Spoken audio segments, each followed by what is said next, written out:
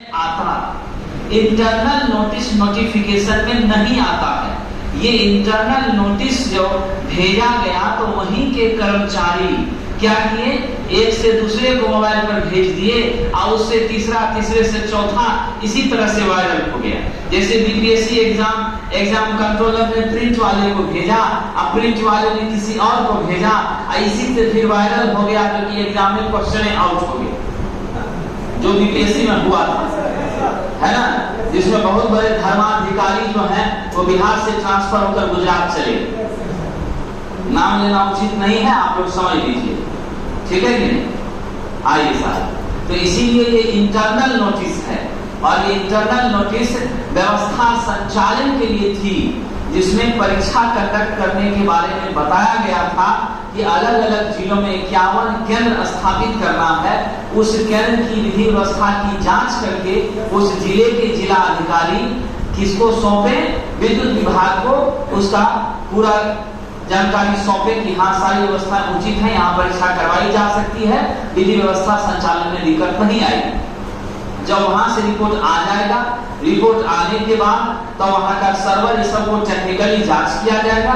Technically जांच करने के बाद तब आपका जो है साहब जी एडमिट कार्ड की सूचना आने से पहले आपको परीक्षा की नोटिस आएगी।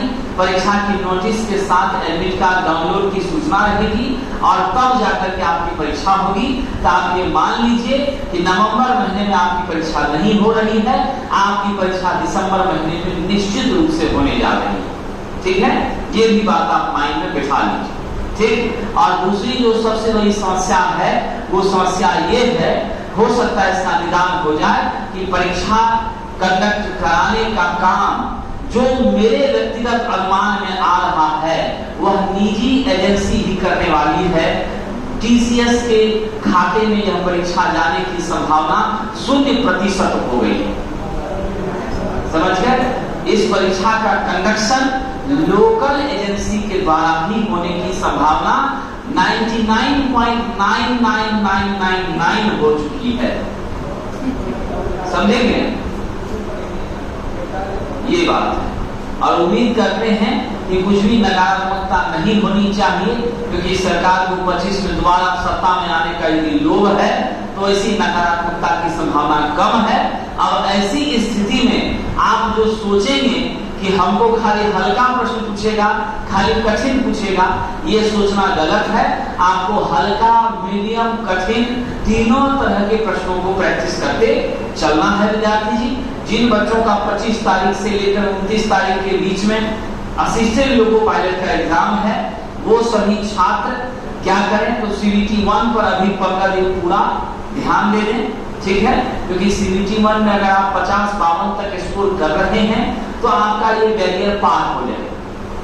जो भी छात्र कर रहे हैं उसका एक पायदान जो है वो क्लियर हो जाएगा। तो अभी तत्काल एलपी के लिए डेडिकेटेड स्टूडेंट ट्रेड की क्लास में आ जाए तो बहुत अच्छी बात है। समझकर बस इतना ही करें। 15 दिन तक वो सीबीटी 1 पर ही विशेष ध्यान दें। जो जो सब्जेक्ट उसका इम्पोर्टेंट है उसी को प्रैक्टिस करें।